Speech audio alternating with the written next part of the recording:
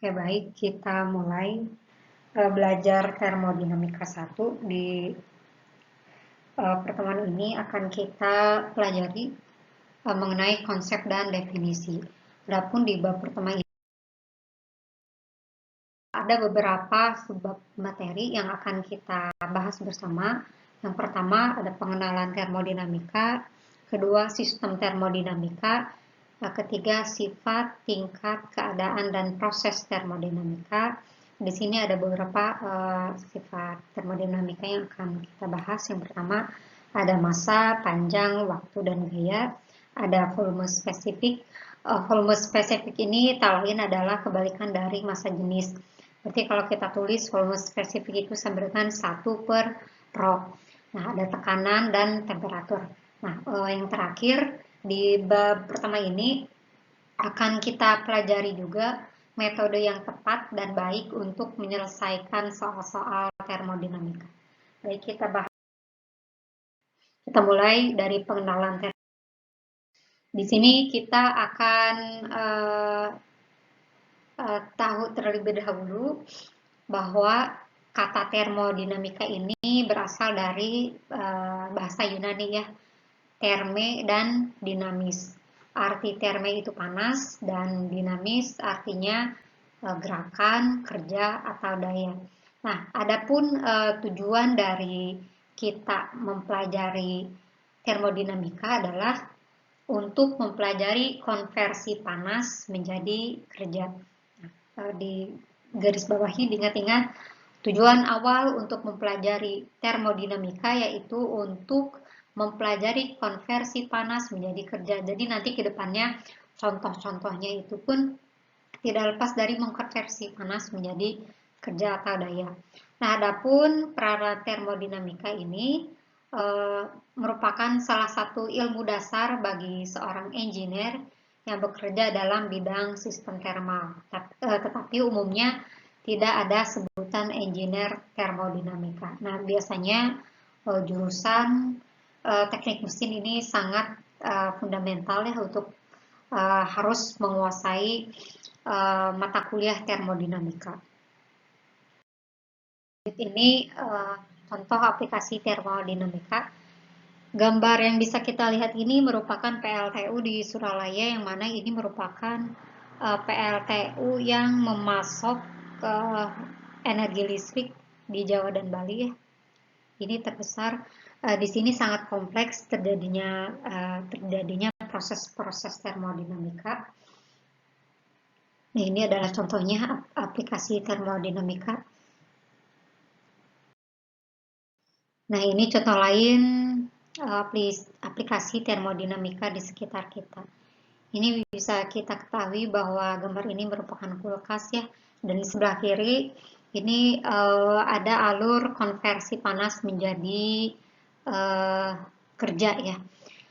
Kalau kita perhatikan di kulkas ini di bagian belakang ada kompresor ya. Kompresor itu tujuannya adalah untuk menyerap panas dari makanan. Jadi nanti kalau kalian coba dekati bagian belakang kulkas itu akan ada terasa panas. Nah, itu ada proses penyerapan panas oleh kompresor dari makanan. Nah, nanti dikeluarkan. Sedangkan kondensor itu biasanya di bawah ya, warna hitam kayak pipa. Nah, ini contoh aplikasi termodinamika di sekitar kita. Selain kulkas juga contoh lain ada AC ya. AC juga sama. Contohnya di hotel-hotel atau di gedung-gedung, di bagian luarnya itu suka ada yang baling-baling itu ya. Itu tuh untuk mengeluarkan panas. Jadi bisa dingin karena kompresor menyerap panas di ruangan. Nah, lalu dikeluarkan. Lanjut masuk ke sistem termodinamika. Nah, di sistem termodinamika ini kita harus mengenali tiga istilah, ada sistem, batas, dan lingkungan. Apa itu sistem? Sistem ini merupakan objek yang sedang dianalisis. Nah, dapat berupa diagram badan bebas yang sederhana sampai sistem kilang minyak terintegrasi. Contohnya tadi ya, yang PLTU di Suralaya di daerah Banten itu udah masuknya sistem yang lebih kompleks. Nah, adapun apa itu tadi sistem, terus ini lingkungan. Nah, apa itu lingkungan? Lingkungan itu segala sesuatu di luar sistem ya, dinamakan lingkungan atau surrounding dari sistem. Nah, yang ketiga ada istilah batas atau boundary. Batas ini merupakan sesuatu yang membatasi sistem dari lingkungan. Nah, ini ada contoh bagannya, bisa kita lihat yang bulat, elips itu sistem termodinamika, dan batasnya itu yang ditandai dengan garis putus-putus warna merah. Nah, ini di luar dari sistem termodinamika yang sudah dibatasi oleh boundary itu merupakan lingkungan. Nah, kurang lebih sederhananya seperti ini. Bisa kita lihat ke depannya biar lebih jelas contoh lebih realnya seperti apa. Nah, ini sekarang kita mengenal sistem. Nah, sistem ini ada dua ya. Biasanya kita kenal sistem tertutup dan sistem terbuka. Nah, biar ada pengetahuan baru, sistem tertutup atau disebut juga dengan massa atur atau control mass atau closed system, artinya tidak ada perpindahan massa ya. Kalau energi ada, tetapi tidak ada perpindahan massa, jadi sistemnya tertutup. Yang kedua ada volume atur atau sistem terbuka atau disebut control volume atau open system ya. Nah, sistem massa atur ini atau sistem tertutup mempelajari zat di dalam sistem dan mempunyai massanya konstan. Kenapa konstan? Karena tidak ada pertukaran massa atau perpindahan massa ya. Jadi massa pada sistem tersebut sama saja, tidak berkurang, tidak bertambah.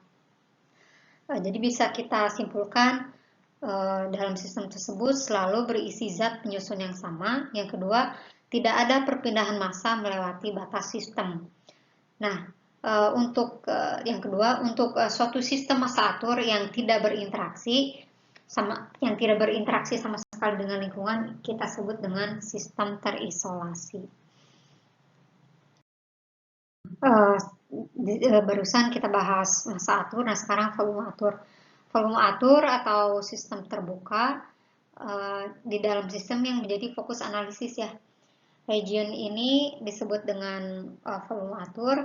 Nah, untuk kasus di volume atur, massa atau fluida kerja dapat masuk dan keluar volume atur melalui batasnya. Jadi bedanya kalau massa atur tadi tidak ada perpindahan massa atau fluida, sedangkan untuk volume atur atau sistem terbuka terjadi masuk keluar volume ya. Terjadi masuk dan keluar massa atau fluida. Nah, kita lihat contoh pada gambar sistem 1. Kita analisa bahwa di sini kita lihat sistemnya itu yang ada di kotak itu ya, yang berisi gas, sedangkan batasnya itu yang ada garis putus-putus, lalu lingkungannya itu semua yang berada di luar sistem, berarti di luar batas itu semuanya lingkungan. Nah, ini ada sistem kedua, di sini ada dua fasa ya, ada uap dan ada cairan. Di sini ada perpindahan panas ya. Di sini kan panasnya energi, masuknya energi, dan di sini tidak ada perpindahan dari lingkungan ke sistem berupa massa, berarti ini masih masuk sistem tertutup ya, meskipun ada energi yang masuk, tapi kan ini bukan massa ya. Jadi sistem 2 termasuk sistem tertutup. Nah, ini ada contoh lagi fenomena termodinamika. Ini terjadi di binatang dan di tubuh kita. Tadi di awal sudah disampaikan bahwa tujuan awal untuk mempelajari termodinamika itu yaitu untuk mengkonversi panas menjadi kerja. Nah, panas di sini bisa dari makanan, bisa dari udara ya. Kita lihat gambar A, di sini ada hewan anjing.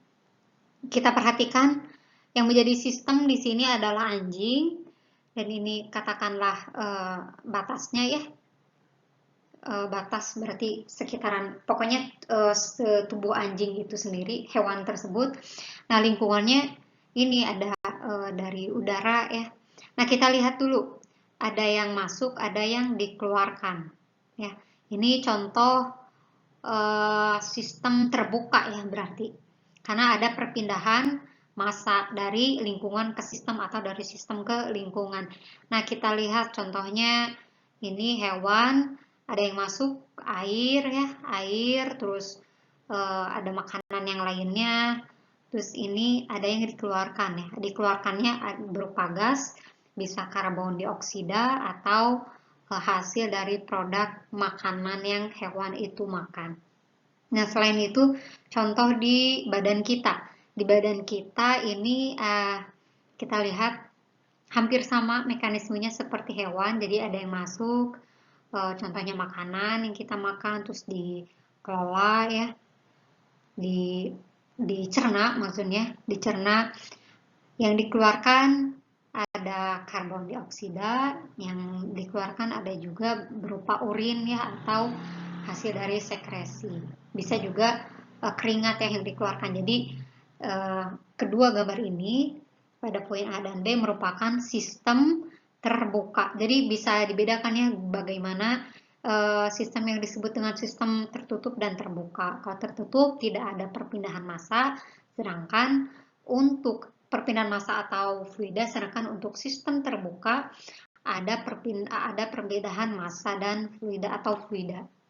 Nah, jelas ya, sudah terbayang bahwa di tubuh kita pun itu merupakan ada proses termodinamika. Jadi ada konversi panas menjadi energi ya, atau kerja atau daya. Contoh lainnya pada proses fotosintesis, ini juga sama, bisa kita lihat sistemnya ini tumbuhan ya, ada tumbuhan, terus ada massa yang masuk ke sistem, ada solar radiasi, ada energi matahari, cahaya matahari, terus ada yang masuk juga karbon dioksida, dan yang dikeluarkan oksigen, dan yang masuk juga berupa mineral-mineral atau air dalam proses penyiraman tanaman. Jadi cukup jelas ya bagaimana konsep massa atur atau sistem tertutup dan volume atur atau sistem terbuka. Nah, bagaimana caranya memilih batas sistem? Yang pertama, batas sistem harus ditentukan dengan cermat sebelum memulai analisa termodinamika. Ada dua pertimbangan dalam memilih batas sistem. Yang pertama, apa yang diketahui dari sistem tersebut, terutama di batas-batasnya. Yang kedua, tujuan dari analisa. Nah, ini contohnya kita ingin memilih batas sistem. Di sini ada dua contoh, dua batas sistem. Yang pertama itu secara keseluruhan. Yang kedua itu yang kecil ya. Yang besar itu juga masih masuk termodinamika, proses termodinamika ya. Yang kecil pun itu yang batasannya kecil, yang garis merah-merah ini batasan juga. Jadi tergantung tujuan analisanya, terus ruang lingkupnya mau sebesar apa juga tergantung tujuan analisa. Nah, yang pertama untuk yang besar ya, ini ada tank, ada tangki, ada air kompresor.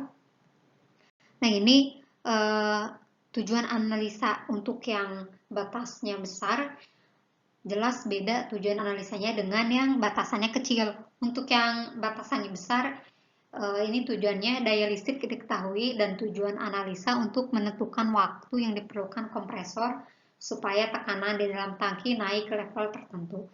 Sedangkan untuk batasan sistem yang lebih kecil ya, yang garis-garis merah, ini tujuannya adalah ketika tingkat keadaan udaranya masuk dan keluar kompresor diketahui, tujuan analisanya untuk menentukan daya listrik yang diperlukan. Nah, di sini bisa terlihat terserah penganalisa mau membuat batasan sistemnya seperti apa. Nah, ini contoh mengulang yang tadi sistem massa atur biar lebih jelas. Di sini massanya konstan, berarti tidak ada perpindahan massa, tetapi energi iya ya. Terus ini contoh sistem volume atur. Ya, di sini ada sistem dan di sini terbuka, jelas ya, ketika terbuka ada perpindahan massa ya pada sistem tersebut. Nah, sekarang kita masuk sistem dan perilakunya. Nah, suatu sistem dapat dipelajari dari sudut pandang secara makro atau mikro. Kita lihat satu-satu sudut pandang makro dan sudut pandang mikro. Nah, sudut pandang makro ini berhubungan dengan karakteristik secara keseluruhan atau brutal. Yang kedua, tidak memodelkan struktur zat penyusunnya. Yang ketiga, ini termasuk termodinamika klasik. Nah, adapun untuk sudut pandang mikro, berhubungan secara langsung dengan struktur zat penyusun, dan tujuannya itu yaitu untuk melakukan kajian karakteristik dari partikel-partikel penyusun sistem dengan metode statistik. Yang ketiga, ini sudah masuk termodinamika statik ya. Seperti pada hukum Newton, pada gaya ya. Untuk yang besar-besar itu biasanya klasik. Kalau di fisika itu masuknya untuk yang mikro itu masuknya statistik atau lebih ke kuantum. Nah, sekarang kita masuk ke sifat, tingkat keadaan, dan proses termodinamika. Nah, kita kenalan dulu apa itu sifat atau properti, tingkat keadaan atau state, dan proses atau proses. Nah, sifat ini merupakan karakteristik makroskopis dari suatu sistem seperti massa, volume, energi, tekanan, dan temperatur yang mempunyai nilai tertentu pada saat tertentu tanpa harus mengetahui karakteristik atau proses sistem sebelumnya.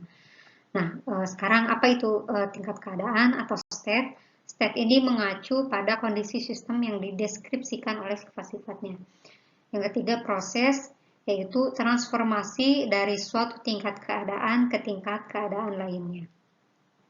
Yang terakhir, suatu sistem dalam keadaan steady atau tunak ya, jika tidak ada sifat-sifatnya yang berubah dengan berjalannya waktu. Oke, lanjut. Nah, ini contoh sifat atau properti ya. Di sini ada nitrogen, T-nya 25 derajat Celcius. Di sini V sama dengan 0,9 meter kubik per kilogram. Nah, ini merupakan V di sini volume spesifik ya, yang merupakan kebalikan dari massa jenis. Nah, di sini yang mana yang disebut dengan sifat-sifat? Di sini ada temperatur dan volume spesifik. Nah, itu yang disebut sifat. Jadi bisa ditunjukkan besarnya berapa ya, temperaturnya berapa, dan volume spesifiknya berapa. Nah, ini contoh tingkat keadaan. Tingkat keadaan berarti ada fact ya, ada keadaan satu, keadaan kedua. Di sini keadaan pertama M-nya 2 kg, T1-nya 20 derajat Celcius, dan volumenya 1,5 meter kubik. Nah, untuk tingkat keadaan kedua, M-nya 2 kg, T2-nya sama dengan 20 derajat Celcius, V2-nya sama dengan 2,5 meter kubik. Di sini yang berubah hanya di volume ya. Nih, tadi sifat, sekarang tingkat keadaan. Nah, seperti yang diproses, jadi proses dari tingkat 1 ke tingkat keadaan 2 itu ada penyebabnya ya, ada prosesnya. Nah, ini kalau digambarkan secara singkat, di sini ada contoh lintasan proses ya di sini. Dari tingkat pertama ke tingkat keadaan 2. Nah, ini contohnya ada proses itu kan banyak, contohnya proses kompresi atau memadat ya, ada kompres, ada ekspansi. Nah, di sini contohnya kompresi, di sini ada tingkat keadaan 1 dan tingkat keadaan 2. Jika kita lihat tingkat keadaan 1, keadaan awalnya ini dilihat di gambar bawah, di sistemnya awalnya yang sebelah kanan ya, awalnya di titik itu V1, lalu dikompres, ditekan, ada di posisi V2. Nah, ini contohnya. Jadi ada keadaan awal dan keadaan akhir yang melewati proses. Nah, prosesnya itu melalui proses kompresi karena ditekan ya. Nah, adapun dari sifat-sifat itu dibagi menjadi dua. Ada sifat ekstensif dan intensif. Nah, apa itu ekstensif? Sifat ekstensif ini diberikan jika nilainya dari suatu sistem secara keseluruhan merupakan penjumlahan dari subsistem-subsistem. Nah, sedangkan untuk sifat intensif adalah sama untuk tiap subsistem atau sistem secara keseluruhan. Artinya nilainya itu tidak bergantung ukuran sistem dan dapat bervariasi dari satu tempat ke tempat lainnya dalam satu sistem pada saat waktu tertentu. Nah, dengan demikian, sifat intensif dapat merupakan fungsi dari lokasi dan waktu, sementara sifat ekstensif dapat bervariasi hanya terhadap waktu saja. Kita lihat lebih jelasnya contohnya ya. Nah, contohnya kita lihat di gambar pertama paling atas. Di sini ada suatu sistem, ada beberapa sifat yang mempunyai massa 1 kg, volume 1 meter kubik, tekanan 1 bar, energi 10 joule, massa jenis 1 kg per meter kubik. Ketika dibagi dua, kita bagi dua, manakah yang termasuk ekstensif atau intensif? Nah, bisa kita lihat. Di sini yang termasuk ekstensif massa ya, massanya ketika dibagi dua berarti berubah ya. Terus yang termasuk ekstensif itu volume dan energi. Sedangkan untuk yang intensif ada tekanan, temperatur, dan massa jenis. Karena massa jenis air ketika dibagi dua, contohnya mau di gelas, mau di mangkok besar, itu massa jenisnya sama ya. Dari pemisalan ini bisa dipahami perbedaan antara ekstensif dan intensif ya. Berarti intensif tetap ya, sedangkan ekstensif berubah. Kita masuk ke keseimbangan. Pada sudut pandang makro, di termodinamika klasik umumnya memperlakukan sistem dalam kondisi kesetimbangan, artinya tidak berubah ya. Karena kita ninjaunya besar gitu makro, tidak bisa terlihat begitu detail sehingga dianggap setimbang ya atau equilibrium. Nah, adapun dalam mekanika kesetimbangan berarti kondisi di mana jumlah total gaya searah dan berawanan sama dengan 0. Sedangkan dalam termodinamika tidak hanya itu saja yang ditinjau. Selain kesetimbangan gaya dan kesetimbangan pengaruh inverse lainnya. Nah, contohnya apa? Keseimbangan lainnya yang harus dipertimbangkan ya. Yang pertama kesetimbangan mekanik, ada kesetimbangan thermal, ada kesetimbangan fasa dan kesetimbangan kimia. Nah, adapun untuk mengecek kesetimbangan, yang pertama harus dilakukan isolasi sistem dari lingkungan, yang kedua perhatikan perubahan sifat-sifatnya, yang ketiga jika tidak ada perubahan maka dapat disimpulkan sistem dalam kondisi kesetimbangan saat diisolasi. Nah, di sini contoh ada kesetimbangan semu ya. Kesetimbangan semu atau quasi equilibrium ada dua jenisnya, ada slow compression, ada very fast compression. Kalau slow compression ini masih dikategorikan kesetimbangan ya, tetapi sebetulnya ada perubahan, tetapi perubahannya itu sangat lambat dan sedikit ya. Bisa kita perhatikan. Nah, untuk very fast compression itu ada perubahan, tetapi itu cukup cepat waktunya ya.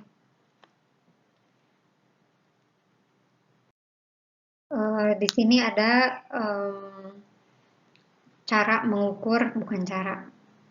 contoh mengukur massa, panjang, waktu, dan gaya.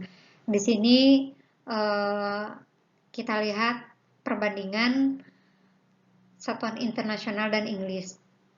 Dari tidak semua negara kiblatnya ke SI ya. Ada beberapa yang menggunakan simbol dari Inggris.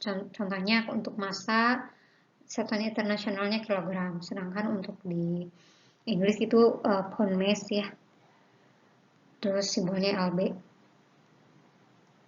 Terus ada length, meter, sedangkan untuk di Inggris foot, di SI time, terus di Inggris ini masih sama second, dan untuk gaya itu Newton, sedangkan untuk di Inggris itu ada pound force ya.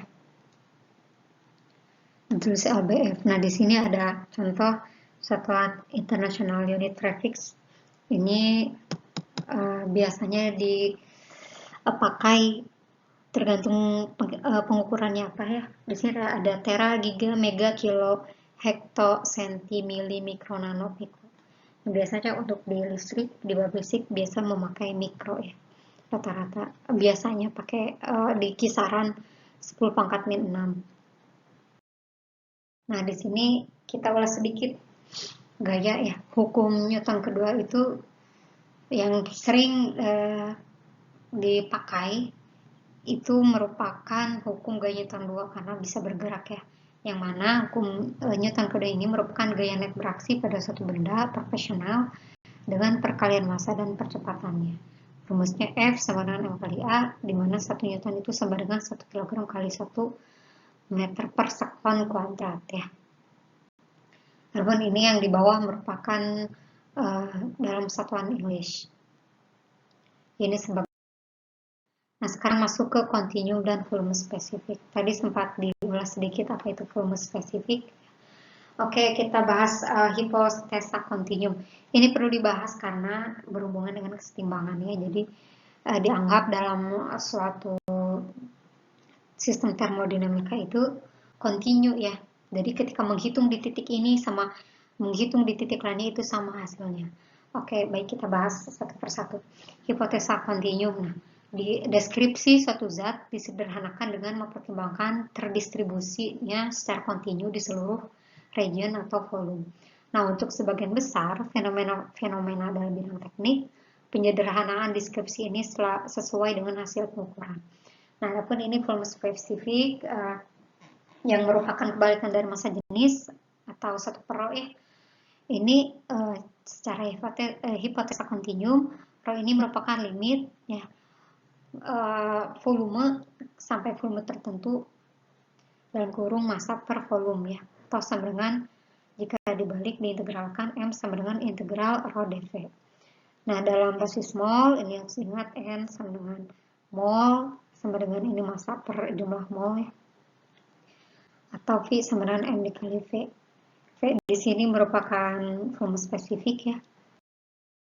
Nah, ini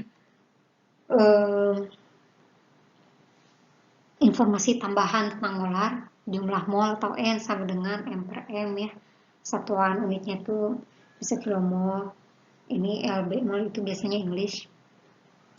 Nah, sedangkan mol itu gram mol.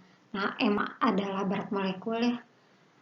Yang mana satuannya itu gram per gram mol ya. Dan bilangan Avogadro itu sama dengan 6,022 kali 10 pangkat 3 molekul dalam 1 mol. Nah, contoh ini menghitung massa. Di sini diketahui volumenya sekian, volumenya 3,75 liter, density atau massa jenisnya rho sama dengan 0,845 kg per liter. Di sini bisa diketahui ya massanya, tinggal dikali, berarti M sama dengan rho dikali V. 3,75 dikali 0,845 sama dengan 3,16875 kg. Atau kita sederhanakan dengan 3 digit penting, M sama dengan 3,17 kg ya. Jadi ini sangat mudah untuk mencari massa. Coba ya menghitung volume spesifik. Kebalikan dari massa jenis berarti rho sama dengan M per V, 3 per 12, karena kebalikan rho berarti 12 per 3 ya. Ini masuk ke tekanan. Nah, tadi volume spesifik, sekarang bahas tekanan. Tekanan atau P pada suatu titik didefinisikan sebagai P sama dengan limit dari luas area ke area tertentu, F normal dibagi A. Nah, adapun tekanan ini ada dua istilah ya, ada tekanan absolut atau P abs, yang merupakan tekanan terhadap kondisi tekanan nol dari ruang hampa, dan kedua ada tekanan relatif ya, yang merupakan tekanan relatif terhadap tekanan atmosfer. Nah, di sini review sedikit apa itu volume spesifik. Di sini ada satuan internasional untuk tekanannya. 1 Pascal sama dengan 1 Newton per meter persegi, ada 1 kilopascal, 1 bar, 1 megapascal. Nah, di sini pun ada satu standar atmosfer. Nah, di sini ada beberapa contoh variasi faktornya, mulai dari massa dan density, terus massa, kecepatan, terus ada volume, gaya, tekanan, energi, dan energi spesifik, terus ada energi transfer, dan lain sebagainya. Tadi temperatur, volume spesifik. Nah, sekarang temperatur. Nah, di sini Konsep temperatur seperti halnya konsep gaya berasal dari persepsi indera ya. Nah, gagasan tingkat panas atau dingin suatu objek bisa dihitung. Di sini ada Kelvin, Celsius, Fahrenheit ya. Nah, ini ada rumus penting dan hukum termodinamika ke nol. Ini sebagai review saja, sudah diajarkan dari SMA, bagaimana mengkonversi dari Celsius ke Kelvin, dari Reaumur ke Kelvin, Fahrenheit ke Celsius ya. Nah, adapun di sini apa itu hukum termodinamika ke nol? Hukum ini